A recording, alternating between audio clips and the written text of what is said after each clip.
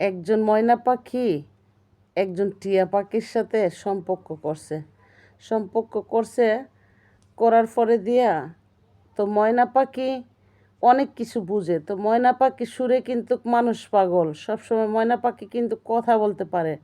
তো টিয়া পাখি কথা বলতে পারলো, টিয়া পাখির কথা তত একটা মানুষ মূল্যায়ন করে না, কিন্তু ময়না পাখির কথা কিন্তু সকলেই শোনে। সুন্দর সুন্দর ভাষা, সুন্দর সুন্দর কথাবার্তা। তো ময়না পাখির পাগল কিন্তু মানব জাতি, বহু মানব জাতি, এতটাই অনেক।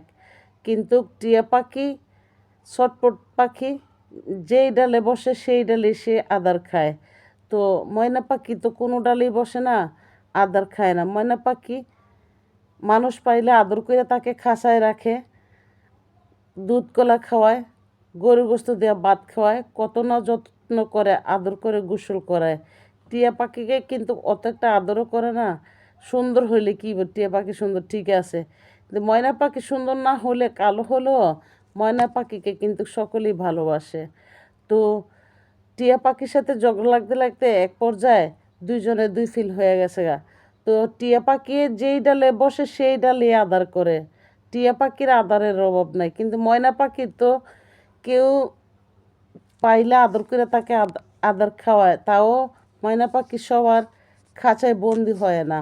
ময়না পাখি সবসময়ই ভাবে যে আমি কারো খাঁচায় বন্দি হতে চাই না, আমি বনের পাখি বনেই থাকি।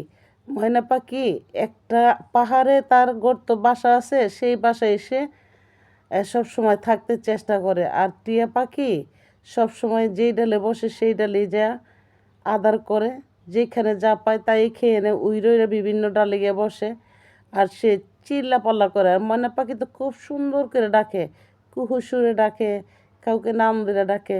তো ময়না পাখি কিন্তু সবার হাতে শোভা পায় না। ময়না পাখি যার হাতে শোভা পায় তার হাতেই উঠে, ময়না পাখি সবার হাতে উঠে না, এটা কিন্তু বাস্তবে। আর টিয়া পাখি ছটপটানো পাখি, ধরতে পারলে ধরে মানুষ, নয়তো তো টিয়া পাখিকে ধরতেও পারে না।